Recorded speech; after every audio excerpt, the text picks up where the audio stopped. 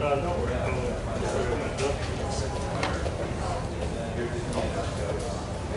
Okay, I guess we're about ready to go. My name is Chuck Cantwell. I'm the project engineer on the Shelby GT350s and 500s and race Mustang cars, the Trans Am cars, and the GT350 cars. Good to see you all here. Thanks for coming. And we'll talk about Shelby American in the 60s and go through where the prototype car for the GT500 was and where it came from. Eventually we'll find out. And start out. In the beginning of the GT350 program, it wasn't called GT350 then, but the Shelby Mustang, I guess. There were some, before the Mustang was released in April of '64, there was some kind of rumor in a Ford Times publication that said Shelby American was going to, Shelby was going to build 3 Mustang race cars and run in a team. That never happened. It was, I suppose it was a rumor from the Ford people, but the initial things, I wanted to make a racing version of the regular Mustang, and then when that started, Ford tried to get SCCA to approve the Mustang, the notchback, as a sports car. And they went at it a little heavily handed, I think, and got rejected totally by Ford. So I turned to Shelby and I said, I'd like you to see if you could get this car approved and then build some cars. Shelby wasn't really keen on the idea. In fact, he rejected the idea, but I reminded him that he supplied him engines for his Cobras. And maybe he owed him a favor, so eventually he agreed to consider the program at least. There was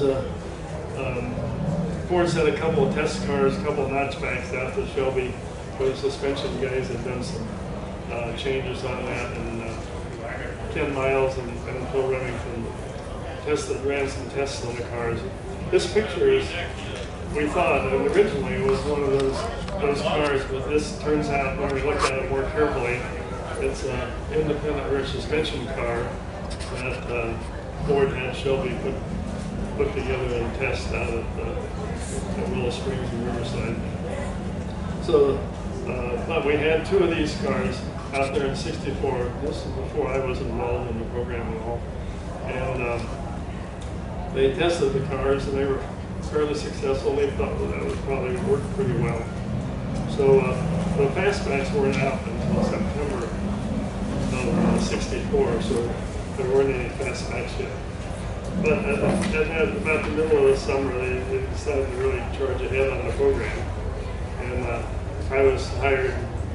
I worked in Detroit for GM, but I knew some people in the sports car club quite a lot, and they.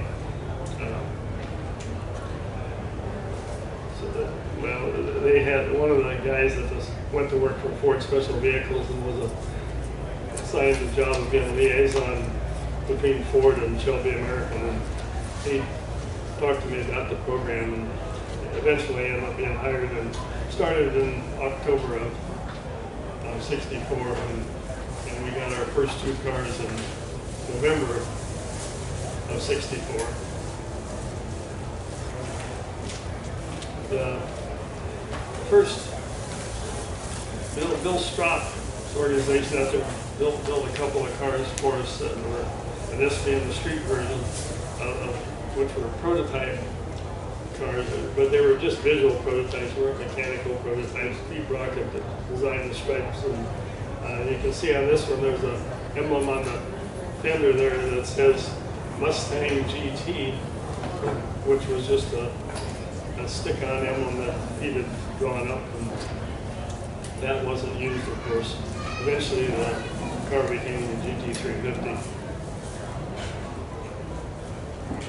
That's a street car and a race car finished versions. You can see they're pretty close race car on the track would have a lot of good identity with the street cars, so people knew what they were.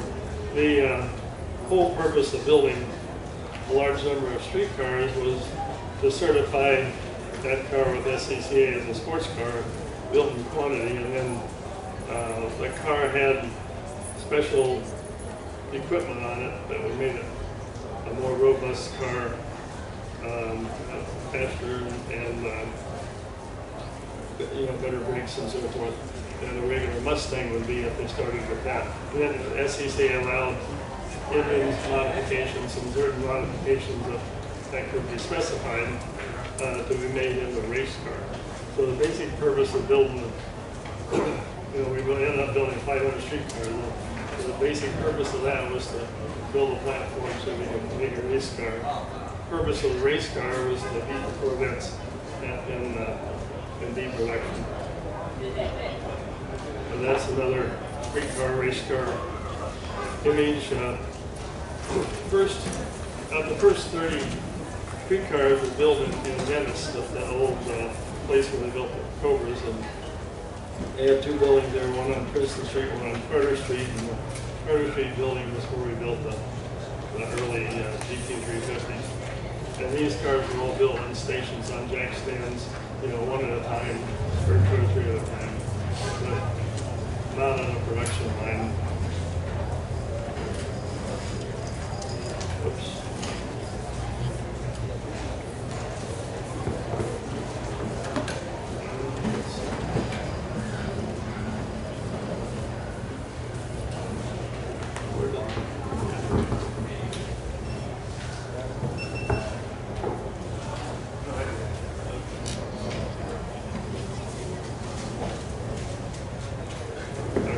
Yeah, there's another picture of the Venice facility, and another picture. That's how the first 30 cars were built. And in the meantime, we subleased a couple of hangars from North American at the airport. And you see the two hangars there. The Spar hangar was a production facility, and the parts and the offices. There was sort of a mezzanine office space with an outside stairway that went up to the door. You could do that in California, you couldn't do it in Michigan. The building on this side was the race shop and the paint shop and the show car divisions. Shelby had a show car operation where the Ford would bring cars out to use California scenery for backgrounds for publicity photos, and we would prepare the cars, clean them up, change the paint. Had something called strip paint. We could had a green car, we could paint it red, send it out, take pictures, bring it back, blow the paint off with an air gun, and then paint it another color and send it out. So we used the same car over and over and painted different colors with a strip paint. And then the race shop was this here. We also had on the production building, there was the end of the hangar, which is still used as a hangar. We had a Cessna, a single engine airplane that we kept in there. So in the LA area, we set up this assembly line. We had to put a pit in the floor. We had to cut that through concrete. It was an aircraft hangar, so the concrete floor is about a foot thick and really heavy-duty concrete. We had to cut through that, and we had to dig a pit. Then we had to have special lighting, and it had to be explosion proof. That was the thing that took the longest to get, and before we could start operating the assembly line. But there's a sub-assembly line on the left there, and then the regular assembly line where they put on all the engine parts and the underneath parts on the cars, wheel bars and stuff like that. And it was pretty effective. Eventually we got it pretty fast. I was younger then when that was that was one of the cars, and there's a race shop picture with the Mustangs and the Cobras being built sort of in the same general area. And the GT40 cars were prepared in that same shop with a dyno, had a big dyno room, which was quite efficient. I'm standing at the back there with Gary Schwartz, who was the crew chief on our race team and crew chief for the build of the R model race cars. First race we ran, of course, was at Green Valley with our first race car we built, which ended up being serial number 002. But it was went to the race in Green Valley, which was Texas, and that's Shelby territory. And there was some thought that Shelby sent the car down there in case it didn't do good, it wouldn't get a lot of publicity.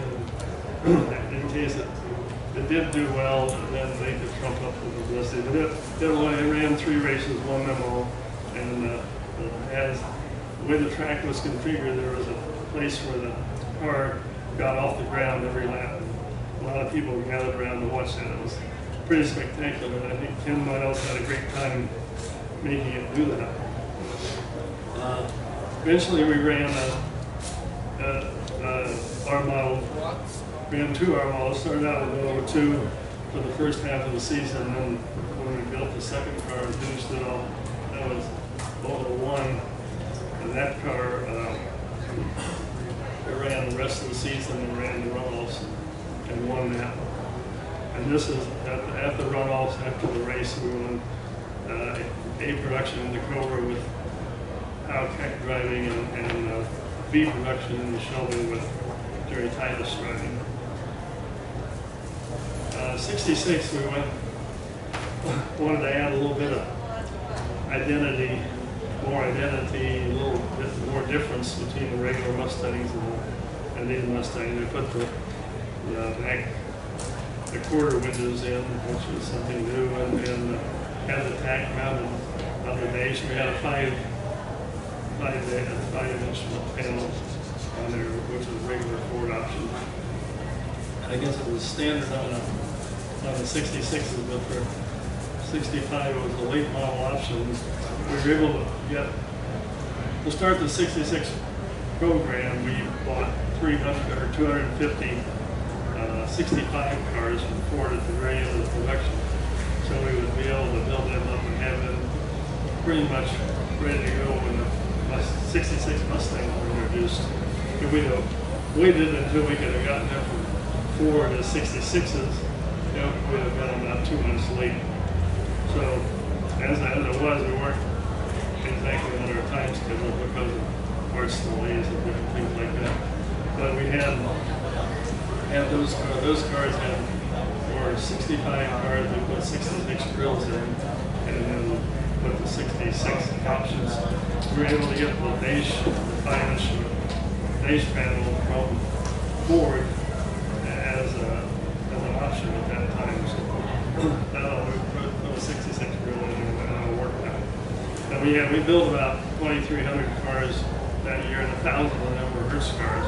We had a special program with Hertz. This is a picture of one of the Hertz cars, of course. The Hertz cars started out, we had an automatic transmission available. Ford had a special high-performance automatic transmission. So we wanted to use them in some of these cars. We started out with we had about 80 stick shifts sort of at the beginning, but the drivers in San Francisco managed to pry a lot of clutches when we went down those hills. And so from pretty much after we built about 80, we stayed strictly with the automatics for the rest of the 1,000 cars.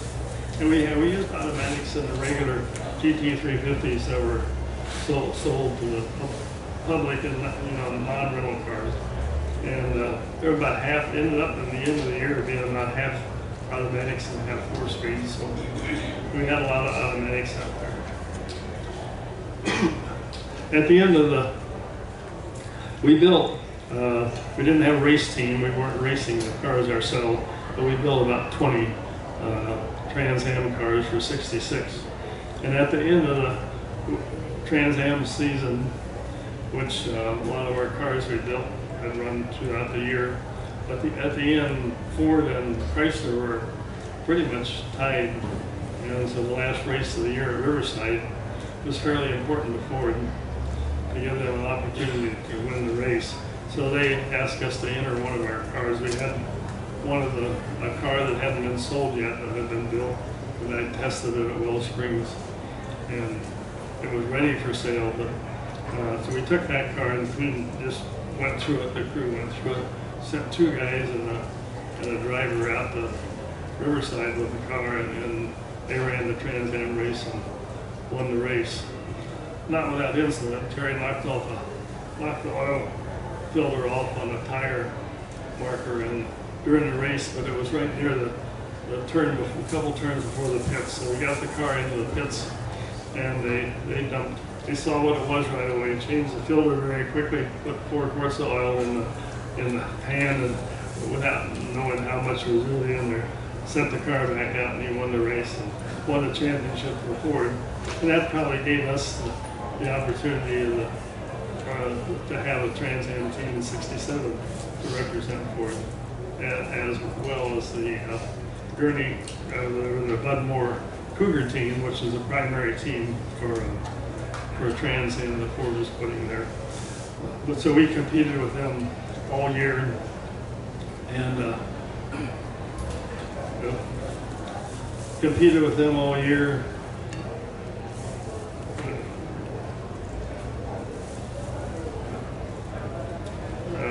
We competed with Cougar all year and won the championship for them. Now, this is not going backwards like it's supposed to.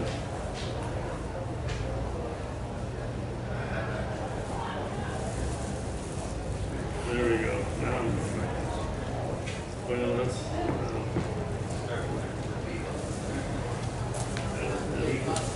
what's that? 3? P. 3. Oh, P. Great. Okay. To start off, we decided that as part of the planning, we'd have for 67, having a car with a lot of new body style to it. It was a new car for Mustang, so we wanted to make it a new car for us. We hired a Ford engineer, Ford designer Charlie McCose, to come out to the meet and or come out to Shelby, and we spent about 3 months out there with a team of clay modelers and building up all the body panels needed for the Shelby car. Prior to that, when we started the thing, we put a 427 engine in a regular model car. It wouldn't fit right in the car the way it was. Ford sent out all the new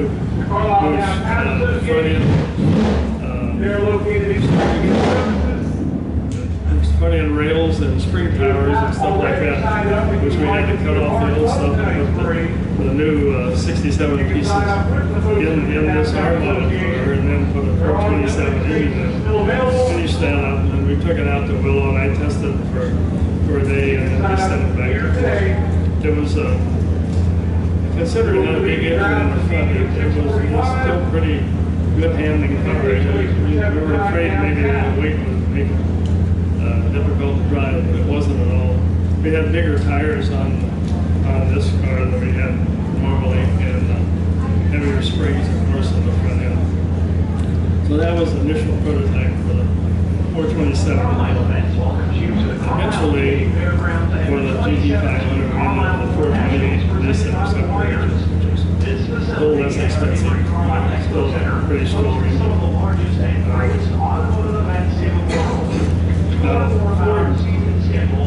We needed a car to build a prototype GT500. Ford sent us out this car to do that. The car, later we found out in tracing back this. Visit CarlisleAuctions.com. Auctions are held in origin of this car with a 6-cylinder prototype car. Ford had a 6-cylinder fastback. They had it built in '66, in the early '66. At this time, we had a lot of 66 components in it. Weekend special. But the car was made, it was a 6-cylinder car for about 4 or 5 months, and then it was put a V8 in it, and Ford used that as a prototype.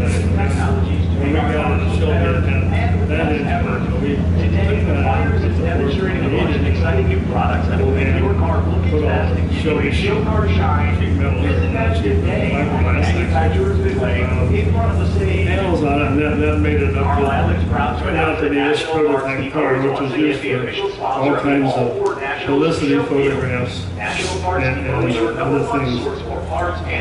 These are some of the publicity photographs we have. Nice models go along with the car. And there's a large number of pictures in that. When all the pictures were taken and everything, we decided we'd take it to the Ford Desert Proving Ground and do some, performance testing with the thing. So I went out there with that, and Hillary Matt Donner, who was a XT-47 pilot that worked as a Ford test engineer, and he and I drove the car at all those various tests. But in the last thing we did actually during one of the tests was run the car on a 2.5 mile hole we had, which had high banking on the turns, and was sort of made to be a neutral speed of about 140 mile an hour. After about a lap and a half, the engine blew on this. We flew another engine out from Shelby, and the guys at the proving ground took that in, and finished up all our Jackman testing, acceleration, and pilot and dodging and stuff like that, which was very successful. And then we took it out of the banking again and blew that line up into that engine. When the engine's falling, there wasn't anything we needed to do. We wanted to get a high-speed run, try to see what top speed would be. But if we'd done it on a flat, we'd have been fine. But on the oval, the oil pickup wasn't made for that, and we didn't have time to get into that element of it. So we just frowned and went on our way. The car showed good performance, but we didn't have a top speed number that we were looking for. But okay, that car was around Shelby there until probably, let's see, that'd be late 67, in the summer of 67, when we had everything done in design on with some Ford engineers on the 68 cars that were going to rebuild in Michigan. Our lease for the 2 hangars that we had ran out in the end of the summer in 67. So we had to find a new building, or Ford had to provide something, and they wanted the car production to be closer to their place in Dearborn. So they found this A.O. Smith, which was a fiberglass plant that was in Ionia, Michigan, and made bodies for Corvettes and things like that. But that production was being moved from there to a Corvette facility, I think, in St. Louis. So this site was available, and Ford decided that they were going to build the cars. They wanted to do that themselves. It was under the Shelby banner. There was a little Ford staff people, pretty much. And it was built in Ionia, Michigan. This is the low building there in front is the building that they built the cars in after 68, 69, 70. And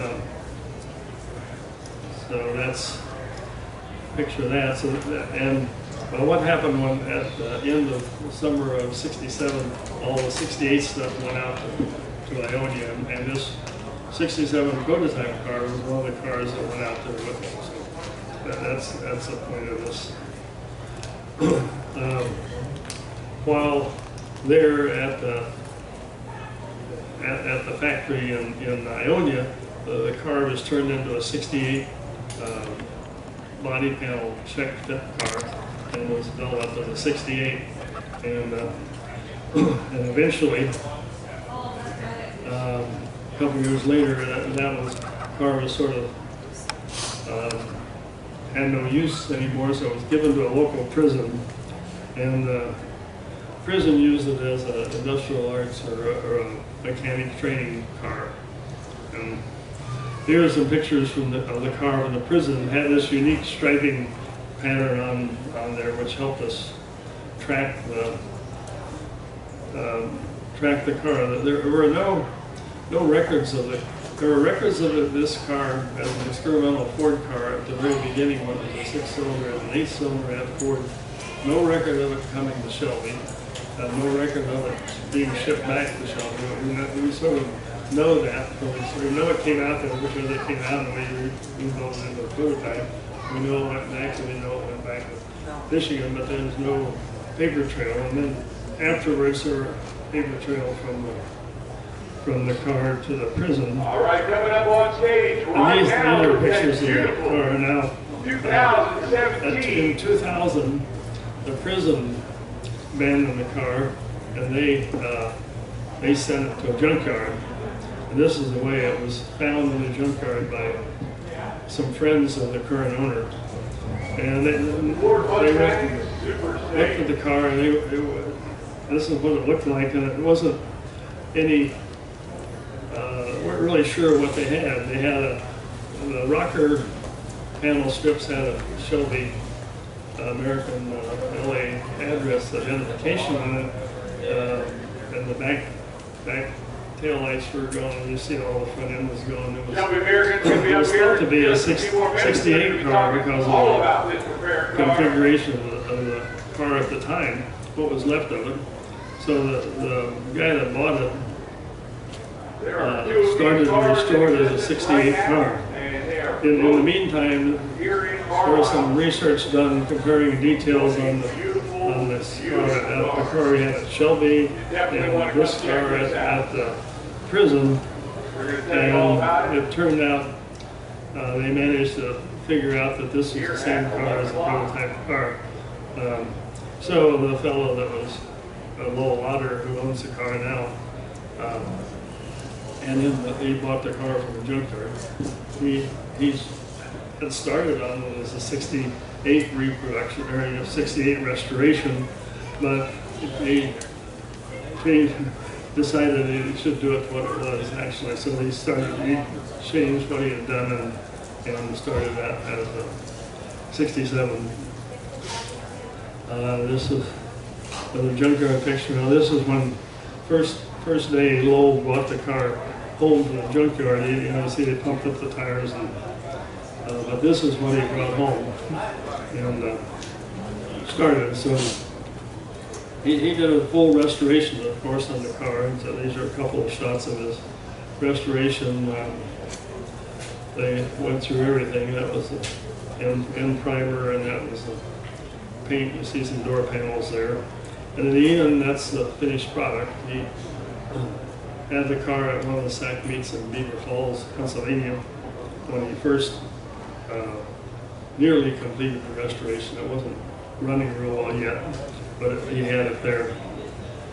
The beautiful job. And that's where he has it on display in his house. Now there was the story of identifying the car, or trying to track it down, what it was, and everything is sort of interesting. This was prepared by Greg Kalasa, who collaborated with me on the book I just did here. And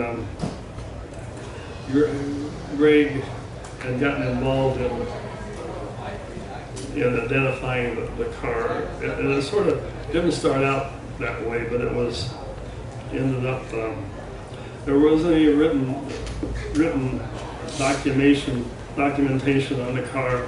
At the time I was at Shelby. There was documentation while the car was at Ford, documentation while the car was at the Ionia Shelby place, and at the prison. This work didn't start out as trying to identify that car. It was just involved from a bunch of pictures that one of the Shelby Club guys, Vinny Liska, obtained from the relative of the original photographer. And they were looking, Greg Kalasa is a detail-oriented guy. I don't know how many of you know him from the Shelby Club. He's a GT40 registrar, and he's also the Hertz registrar for the club. But Greg doesn't look at a photograph like the rest of us. He looks at the photograph, he has a magnifying glass, and he'll find things in the back corner of photographs that an ordinary, most of us would look at and not ignore completely. But he was very good at doing that. This is some photos of the promo GT500 promo car when it was at Shelby.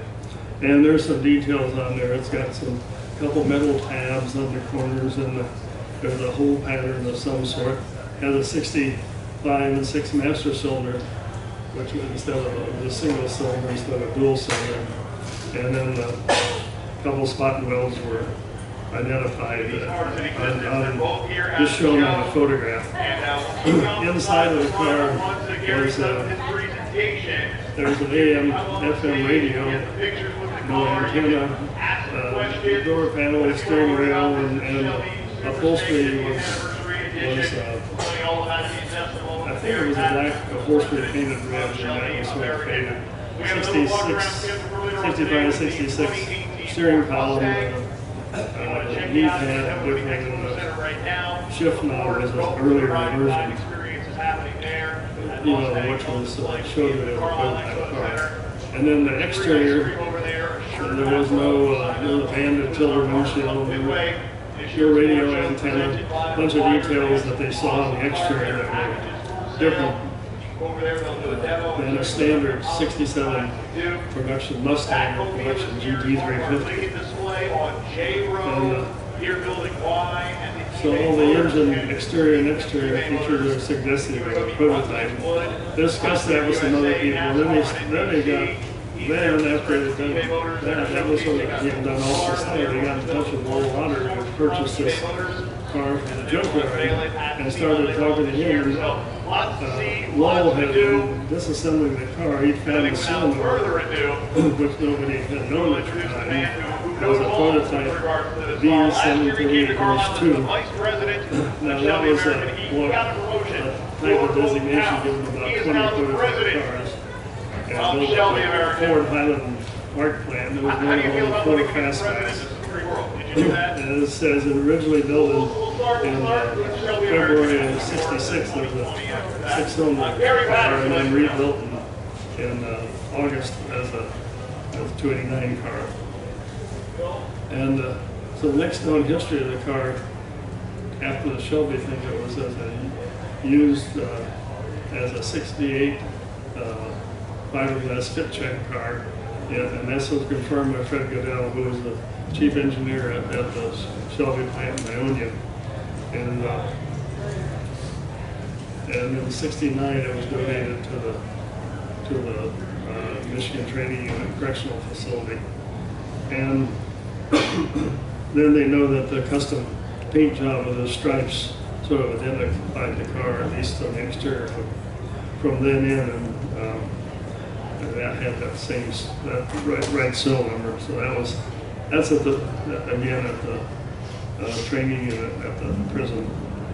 And the car was discarded by the training prison in 2000, and then it was discovered, pretty much right away, and then Lowell ended up buying it in 2000. And he tracked down the documentation for that prototype serial number through Kevin Marty and discussions with Fred Goodell. And it had a lot of early features on the car.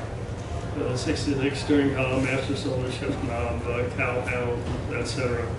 And they all differ from the corresponding components and features of the production 67 Shelby, and also mirrored the unique features found on the promotional GT500.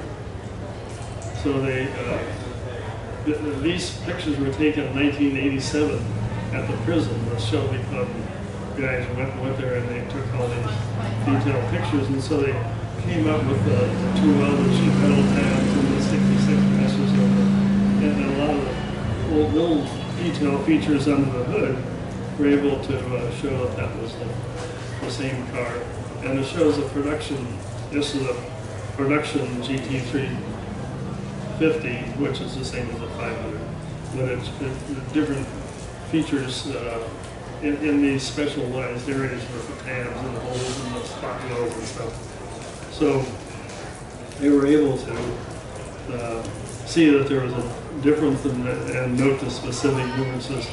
And so there were some features, the firewall, the spot welds and holes punched in the column and master cylinder, so forth, all matched up with both the prototype cars. And then there were some other features, the unique dash pad and steering column and holes in the door bottoms, which we couldn't see in the pictures of. So they, apart from the 65, 66 Mustang features, the unusual feature of the cars that when it was in California had an R model, for some reason or other, had R model brake drums on the rear, which means they had probably put an R model axle in it when they built the car. Our model, it has them ducting on the side scoop that were like the 66 cars. They found the S1MS, which is a free Shelby number prefix, oil cooler label under the carpet. And there's some wires cut that indicated it probably had those little turn signal lights on it. And it had a dual exhaust with chrome exit pipes with S7MS part numbers, and that's another Shelby number. That'd be a 67 Shelby number. And the rear valence is early 67 type, used only on the earlier California 67 Shelbys. So that shows the brake duct going in, the brake cooling duct going into the thing. It was obviously wasn't connected on the front end, but it was connected on the other end. It once had a 4-point roll bar installation. When we put the 67 cars had a roll bar in there, and the roll bar was a single roll bar without a crossbar and without a diagonal rear braces. The top corners of the roll bar had two tabs, had a tab on each corner that bolted in the mounting position for the shoulder harness for the regular Ford Mustang, and then the shoulder harnesses for the 67 Shelby were on a retractable reel that was an inertia reel that locked when you moved, and it had a V-shaped shoulder harness. You sat in the shoulder harness and pulled it over your shoulders. And that had to be tested at a federal approved testing facility to make sure that it would meet the requirements, the government requirements for shoulder harnesses.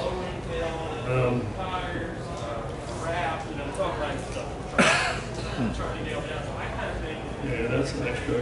That's a picture of our model brake. These were made not willy-nilly. The holes were put in there on a pattern, and on our model race cars we drilled the backing plates out like that. We put a duct into the front side of the backing plate, which picked up air from underneath the car and blew it through the air system and out the other top set of holes. So those were we knew exactly what those backing plates were.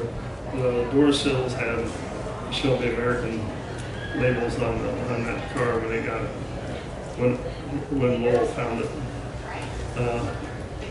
So there's a known gap in the car's history, but most of these forensics that they did with the car features, they were able to pretty much suggest the car was the one that's in California.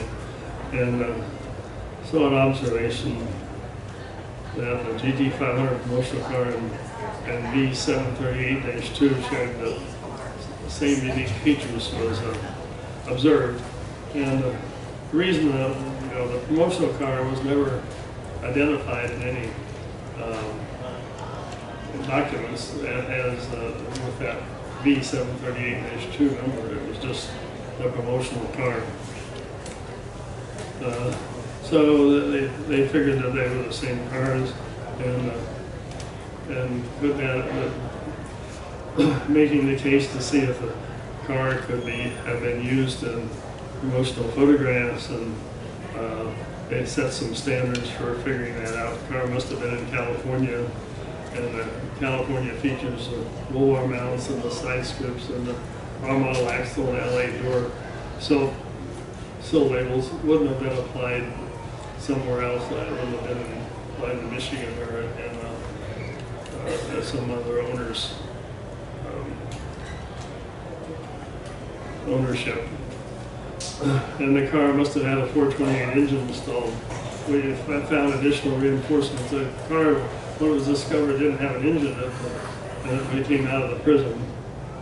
And in the picture of the car in the prison with an engine in the car and the front end sticking away up in the air, which indicated that it had a bigger engine before and heavier springs in lifting the car. An unusual attitude.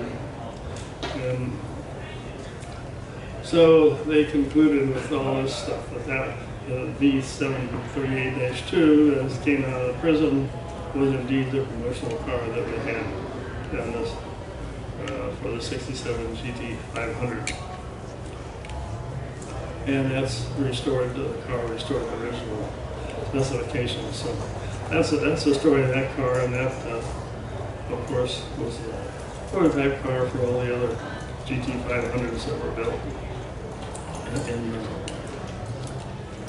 I think that's the end of that. Any questions that anybody have, I'd be glad to answer them. That's the GT500 creation story. Yeah. Was all the unique features of that car, like the 66 steering column and the shift knob, was all that put back original again? Yes, cool. It was. Yeah. And that was I don't think that had been changed. So he kept that. Once they discovered what the specifications were, what the detail, a lot of details were built into the car you couldn't remove. You know, like the little tabs welded on, the holes in the firewall, and dimples in the block wells and things like that. Of course, he kept that, but he kept all the 66 stuff that was on the car. It was built up as a prototype. Are any of the other prototypes in existence? Well, there's only one prototype GT500. There was another GT3, a green GT350 that was built, but it was sort of built up as from a new car, I think. And so it had the correct specs all the way through. It wasn't an early prototype build like the 500 was. And they had a lot of pictures. You see the listed pictures that have the two cars are together. The green one's a GT350 and the red one's a GT500. And I just showed pictures of the 500. What happened to the 66 that you converted for the 427? You may have said it. What happened? What? The one that you converted to put the 427 to 66 car?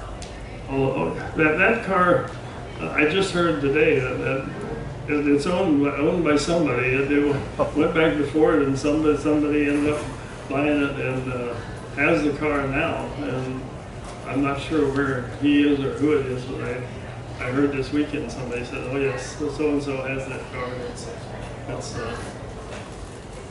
in his possession." So one of the club guys will know who it is. And the people at the prison painted the striping on the car?